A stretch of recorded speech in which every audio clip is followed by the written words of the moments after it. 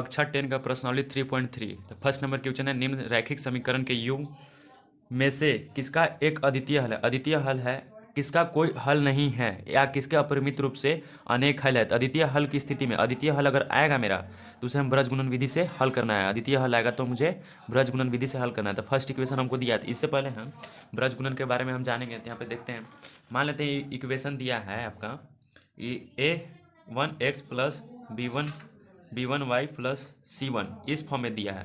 ठीक है, तो a2x plus b2y plus c1 इस फॉर्म में दिया है, c2 है यहाँ पे। तो इस फॉर्म में दिया, तो ब्रज गुणन देखिए होता है मेरा। तो ई वाला जो कोफिशिएंट है, x का कोफिशिएंट a1 है, अब ई वाला x का कोफिशिएंट a2 है। तो कुछ नहीं करना है, x को x लिखना है, इसको y को y लिखना है। यहाँ पे 1 कोफिशिएंट छिपा हुआ है तो 1 यहाँ पे लिख देना। ठीक है, अब कुछ नहीं करना है, यहाँ से स्टार्ट करना है हमको b1 b2। इसका फार्मूला होता है, आपको याद रखना है, b1 बटा माने b1 b2 होता है यहाँ पे। और फिर यहाँ पे इसके बाद क्या है, c1 बटा c2। फिर इसके बाद क्या है, इसके बाद a1 बटा a2 लिखेंगे। फिर क्या है उसके बाद a1 बटा a2 के बाद b1 बटा b2 हो गया। अब कुछ नहीं करना है, क्रॉस मल्टीप्लाई कर देना है यहाँ पे। तो क्रॉस मल्टीप्लाई हो गया, ये इधर से और ये वाला इधर से, ये वाला इधर से, ये वाला इधर से, ये वाला इधर से, ये वाला इधर से।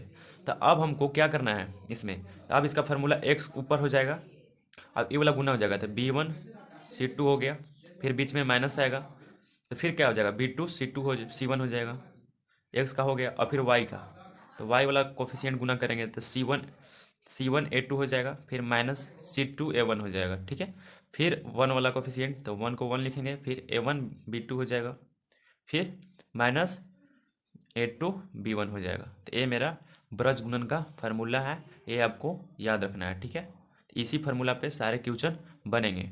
और जो अद्वितीय हल आएगा यही ब्रज गुणन विधि से हम बनाएंगे। यहाँ पे आपका क्वेश्चन में बोल रहा है कि अद्वितीय हल की स्थिति में ब्रज गुणन का प्रयोग करना है हमको। तो देखते हैं, फर्स्ट नंबर क्वेश्चन है। अब तो हम इसको बनाएंगे, दिए गए तो ये वाला हल अब लिखेंगे यहाँ पे हल। ठीक है, तो हल लिखेंगे, तो दिए गए समीकरण लिखेंगे, दिए गए समीकरण तुलना रैखिक समीकरण का व्यापक रूप से करने पर।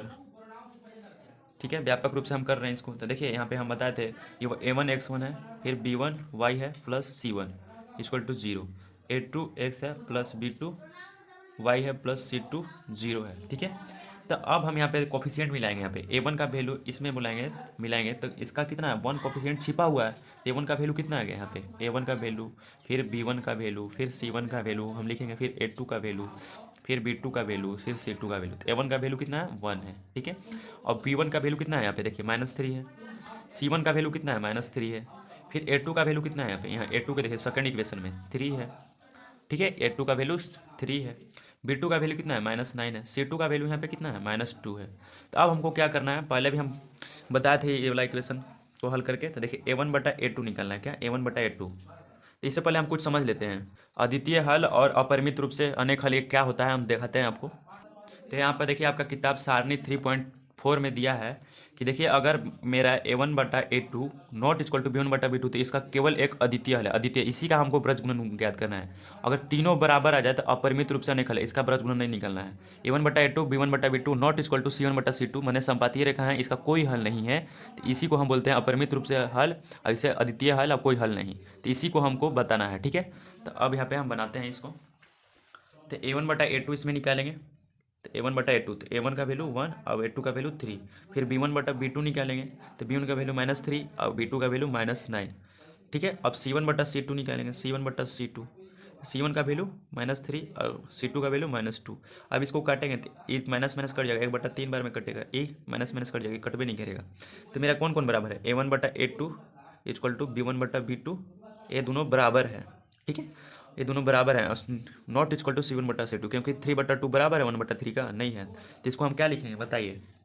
तो इसका हम इसको लिखेंगे हम दिए गए समीकरण का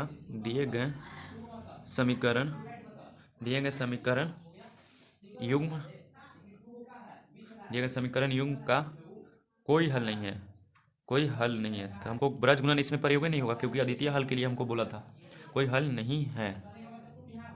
तो ये आंसर हो गया मेरा, ठीक है, ये वाला आपको आंसर हो गया। तो अब सेकेंड नंबर क्वेश्चन में हम देखेंगे।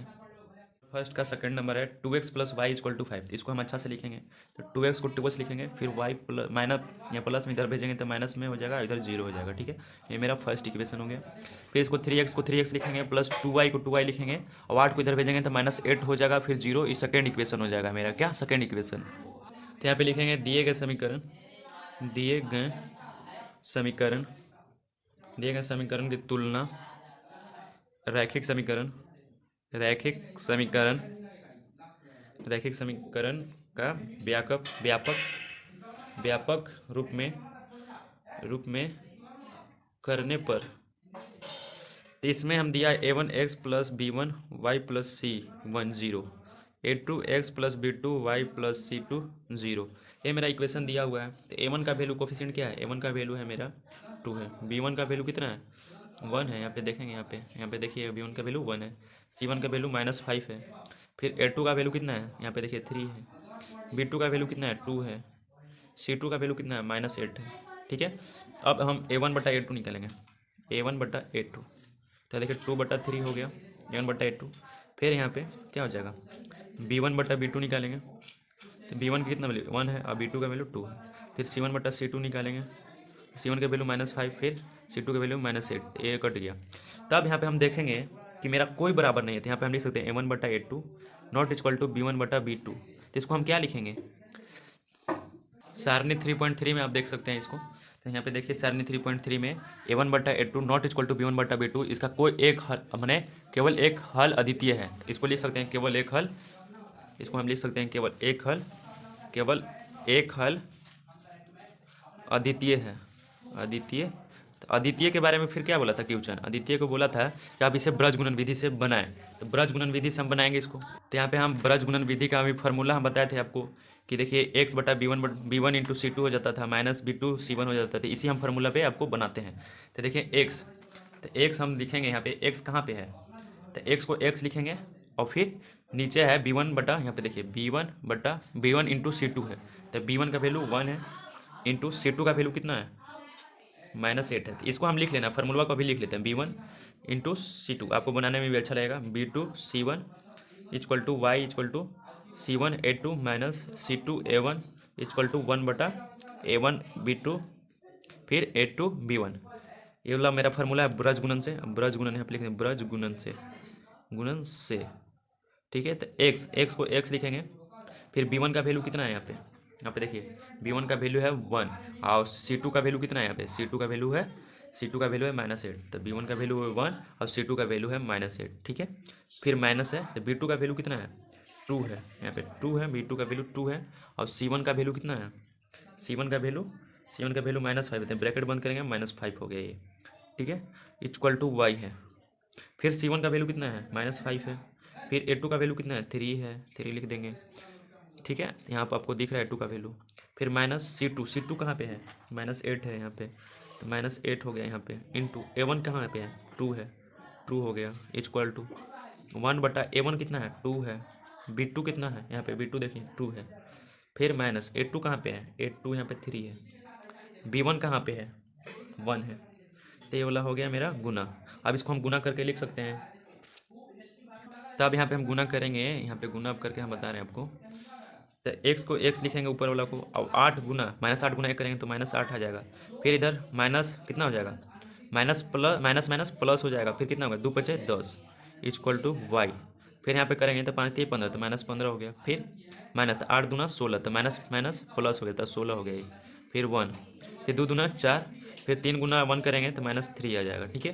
तो x को x लिखेंगे, फिर -8 में +10 जोड़ेंगे कितना आएगा 2 आएगा। फिर y को y लिखेंगे, -15 में 16 जोड़ेंगे कितना आएगा 1 आएगा। अगर 1 को 1 लिखेंगे, 8 4 में से 3 घटाएंगे कितना आएगा 1 आएगा, ठीक है। अब हम इसको कुछ नहीं करना है, दोनों में बांट देते हैं। तो x/2 हो गया इक्वल टू y/1, इसको 1 लिखते हैं, मैंने 1 इक्वेशन लिखते हैं। फिर y/1 इक्वल टू 1/1। तो अब इससे क्रॉस मल्टीप्लाई करें तो x हो गया ये, और फिर ये 2y हो गया। यहाँ पे 1 था ना जी, नहीं इससे हम करते हैं 1 1, तब ना आएगा 1 1, इस दोनों में 1 1 बांट देते हैं। तो ये कितना हो गया x हो गया, ये 2 हो गया। अब फिर इससे करते हैं तो y हो गया, ए वाला गुना करेंगे तो 1 हो गया। तो x का वैल्यू 2, y का वैल्यू 1। तो ये मेरा आंसर हो गया सेकंड नंबर का, ठीक है। क्वेश्चन नंबर थर्ड का 3 है। 3x-5y इसको अच्छा से सजाएंगे इक्वल टू 12 है। तो 3x-5y -20 लिख सकते हैं इक्वल टू 0। ठीक है, ये मेरा फर्स्ट इक्वेशन हो गया। 6x को 6x लिख सकते हैं -10y माइनस कितना होगा 40 इक्वल टू 0। ये सेकेंड इक्वेशन हो गया मेरा। तब इसको हम बनाएंगे तो इसको लिखेंगे दिए गए समीकरण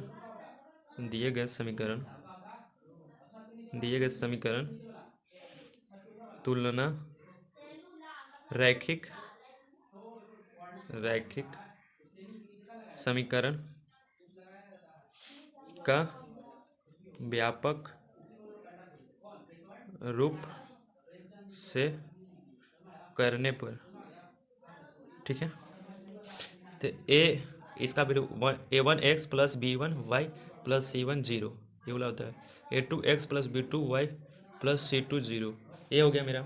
अब हम इसमें a1/a2 निकालेंगे। तो a1 का वैल्यू कितना है भाई 3 है। यहाँ पे देखिए, यहाँ पे दिख रहा होगा आपको a1 का वैल्यू 3 है, b1 का वैल्यू कितना है -5 है, c1 का वैल्यू कितना है -20 है, a2 का वैल्यू कितना है 6 है, b2 का वैल्यू कितना है -10 है, c2 का वैल्यू कितना है -40 है। ठीक है, तो a1/a2 निकालेंगे तो कितना आएगा a1/a2 मान लीजिए a1 का वैल्यू 3 है, a2 का वैल्यू 6 है, फिर b1/b2 तो b1 का वैल्यू -5 -10 हो गया, c1/c2 कितना है -20 -40 कितना हो गया।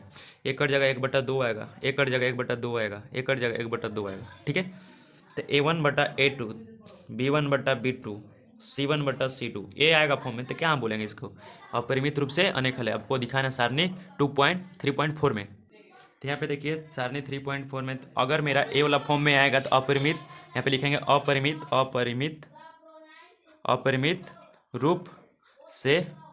अपरिमित रूप से अनेक हल है।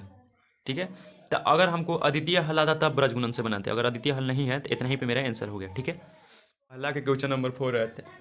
x - 3y - 7 equal to 0, 3x - 3y - 15 equal to 0। तो इसमें हम लिख सकते हैं दिए गए समीकरण तुलना रैखिक समीकरण का व्यापक रूप में करने पर। हम इसको लिखेंगे a1x plus b1y plus c1 0। इस फॉर्म में दिया तो इसलिए हम लिख रहे हैं a2x plus b2y plus c2 equal to 0। तो a1 का वैल्यू कितना है यहाँ पे देखेंगे, a1 का वैल्यू कितना है 1 है, इसका कोफिशिएंट कितना है 1 है, तो इसका वैल्यू 1 हो जाएगा। फिर b1 का वैल्यू कितना है यहाँ पे देखिए -3 है, c1 का वैल्यू कितना है यहाँ पे -7 है, a2 का वैल्यू कितना है a2 का वैल्यू 3 है, b2 का वैल्यू कितना है -3 है, c2 का वैल्यू कितना है -15 है। ठीक है, अब हम a1/a2 निकालेंगे। a1 का वैल्यू 1 है, a2 का वैल्यू 3 है, b1/b2 निकालेंगे तो b1 का वैल्यू -3, फिर b2 का वैल्यू -3, c1/c2 निकालेंगे -7/-15। अब देखिए तो कोई बराबर आ रहा है मेरा, ये काटेंगे तो 1 आ जाएगा, तो कोई बराबर नहीं है। तो इसको लिख सकते हैं a1/a2 not equal to b1/b2, ये वाला हो गया। ठीक है, तो अब हाँ a1/a2 not equal to b1/b2 है तो हम क्या इसको बोलेंगे, इसको हम अद्वितीय हल बोलते हैं। अद्वितीय हल है, अद्वितीय हल पे हमको क्या करना है ब्रज गुणन विधि से बनाना है। ठीक है, अब यहाँ पे ब्रज गुणन मेथड से ब्रज गुणन से बनाएंगे अब इसको हम। तो ब्रज गुणन के फार्मूला देखिए x/b1c2 है, तो x को x लिखेंगे और फिर b1c2, तो b1 का वैल्यू कितना है -3 है, फिर c2 का वैल्यू कितना है यहाँ पे c2 का -15 है। ठीक है, ये ब्रैकेट बंद कर दिए, फिर माइनस b2 का वैल्यू कितना है -3 है, c1 का वैल्यू कितना है c1 का वैल्यू -7 है, इक्वल टू y का वैल्यू कितना है, y का वैल्यू नहीं है इसमें, y को y लिखेंगे। c1 का वैल्यू कितना है यहाँ पे -7 है, फिर a2 का वैल्यू कितना है यहाँ पे 3 है, फिर c2 का वैल्यू कितना है यहाँ पे -15 है, फिर a1 का वैल्यू कितना है 1 है, इक्वल टू 1/a1 का वैल्यू 1 है, b2 का वैल्यू कितना है यहाँ पे -3 है। ठीक है, फिर हम यहाँ पे a2 का वैल्यू कितना है यहाँ पे a2 का वैल्यू यहाँ पे देखेंगे 3 है, फिर b1 का वैल्यू कितना है यहाँ पे -3 है। ठीक है, तो अब इसको हम हल करेंगे तो इसको हम लिख सकते हैं x/15 तो माइनस प्लस माइनस प्लस 15 हो गया इधर, फिर ये माइनस प्लस तो माइनस में हो जाएगा, फिर 21 हो जाएगा ये, फिर y को y लिखेंगे 77 21 हो गया माइनस में, तो फिर कितना होगा 15 गुना माइनस माइनस प्लस हो गया इधर बाहर, तो 15 गुना करेंगे तो 15 आएगा इक्वल टू 1 बटा माइनस 1 गुना माइनस 3 गुना 1 करेंगे तो कितना आएगा -3 आएगा। फिर माइनस माइनस प्लस तो कितना होगा 3 3 के 9। अब इसको जोड़ घटाव कर देंगे हम, तो x बटा 45 में से 21 घटाएंगे कितना आएगा 4, फिर ये 2 आ जाएगा 24 आएगा। ठीक है, इक्वल टू y बटा, तो 15 में से कितना घटाएंगे तो 6 आ जाएगा -6, इक्वल टू कितना आएगा इसमें 1 बटा कितना आएगा बताइए 6 3 9 6 आ जाएगा। अब इस दोनों में हम बांट लेंगे 21 x बटा 24 इक्वल टू 1 बटा 6, इसमें हो गया y बटा -6 इक्वल टू 1 बटा 6 हो गया। अब इसको क्रॉस मल्टीप्लाई करेंगे तो 6x हो गया, इसको करेंगे तो 24 हो गया, x इक्वल टू 24 बटा 6, तो 6 चौके 24, ये हो गया 4, x का वैल्यू 4 आ गया। ठीक है, और y का वैल्यू तो इसमें करेंगे तो 6y हो जाएगा, इसमें करेंगे तो -6 हो जाएगा, y इक्वल टू -6 बटा 6, तो 1 बटा कर गया 1 बार में कट गया, तो y की वैल्यू कितना आ गया -1, तो x का वैल्यू 4 और y का वैल्यू -1, तो ये मेरा आंसर हो गया। तो वीडियो अगर अच्छा लगा तो सब्सक्राइब एंड शेयर जरूर करें।